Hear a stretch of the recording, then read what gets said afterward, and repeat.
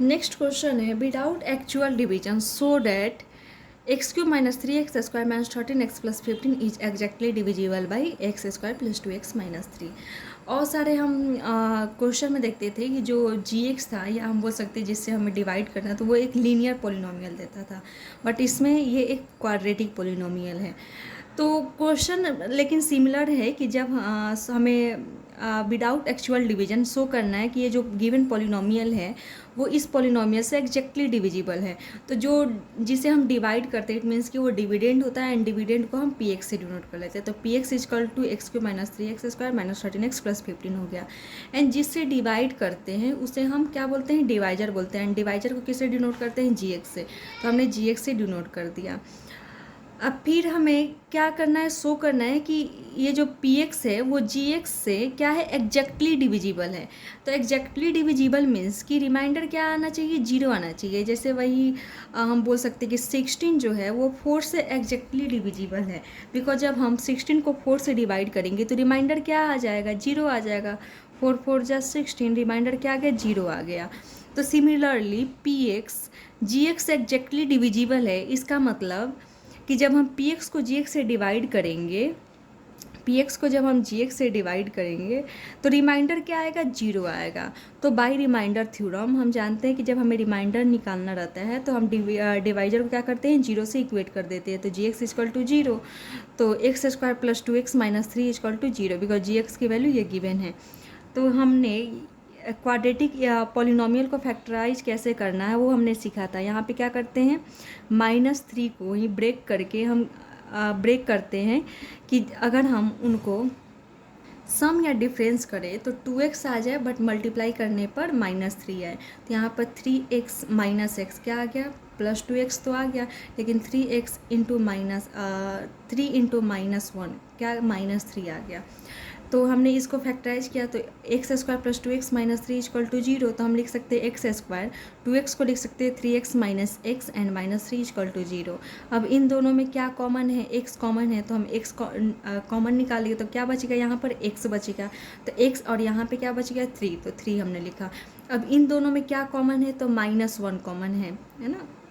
-1 के अलावा और कुछ कॉमन नहीं दिख रहा है, तो -1 कॉमन ले लिए तो क्या बच गया, x।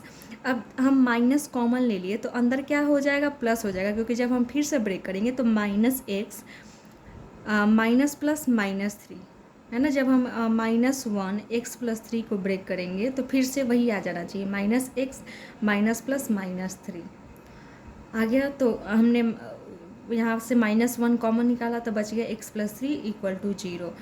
तो यहाँ पर x प्लस 3 जब हम इन सब में कॉमन निकाले x प्लस 3 तो क्या बच गया, x माइनस 1। तो हमने x minus 1 x plus 3 equal to zero. अगर a into B equal to zero है, इट मीन्स कि या तो a जीरो होगा या तो b जीरो होगा।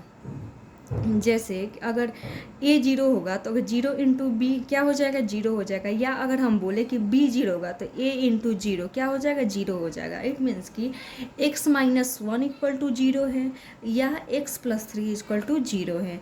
तो हम दोनों को जीरो से इक्वेट कर देंगे, दोनों ही फैक्टर को।